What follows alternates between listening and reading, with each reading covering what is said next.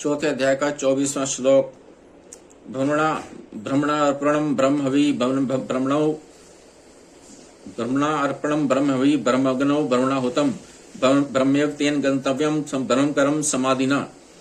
अर्पणम अर्पण अर्थात जिससे अर्पण किया जाए वे स्त्रुक स्त्रुवा आदि पात्र भी ब्रह्म है। भव्य पदार्थ तिल जौ घी आदि भी ब्रह्म है और ब्रह्म रूप कर्ता के द्वारा ब्रह्म रूप अग्नि में आहुति देना रूप क्रिया भी ब्रह्म है। ऐसे यज्ञ को करने वाले जिस मनुष्य की ब्रह्म में ही कर्म समाधि हो गई है उसके द्वारा प्राप्त करने योग्य फल भी ब्रह्म ही है।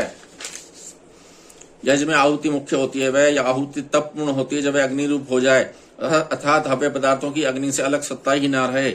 इस प्रकार जितने भी साधन हैं सब साध्य रूप हो जाएं तभी वे यज्ञ होते हैं।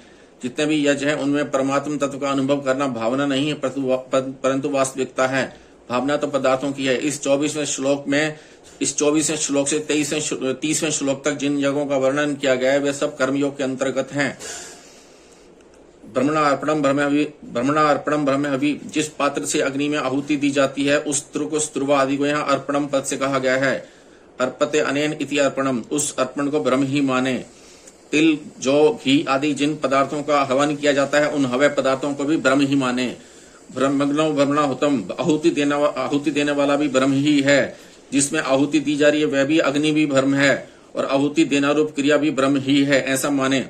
ब्रह्म कर्म समाधिना, जैसे हवन करने वाला पुरुष स्त्रुवा हवि अग्नि आदि सबको ब्रह्म ही स्वरूप मानता है, ब्रह्म का ही स्वरूप मानता है, ऐसे ही जो प्रत्येक कर्म में कर्ता कर्म और पदार्थ सबको ब्रह्म रूप ही अनुभव करता है उस पुरुष की ब्रह्म में ही कर्म समाधि होती है, अर्थात उसकी संपूर्ण कर्मों में ब्रह्म बुद्धि होती है। उसके लिए संपूर्ण कर्म ब्रह्म रूप ही बन जाते हैं।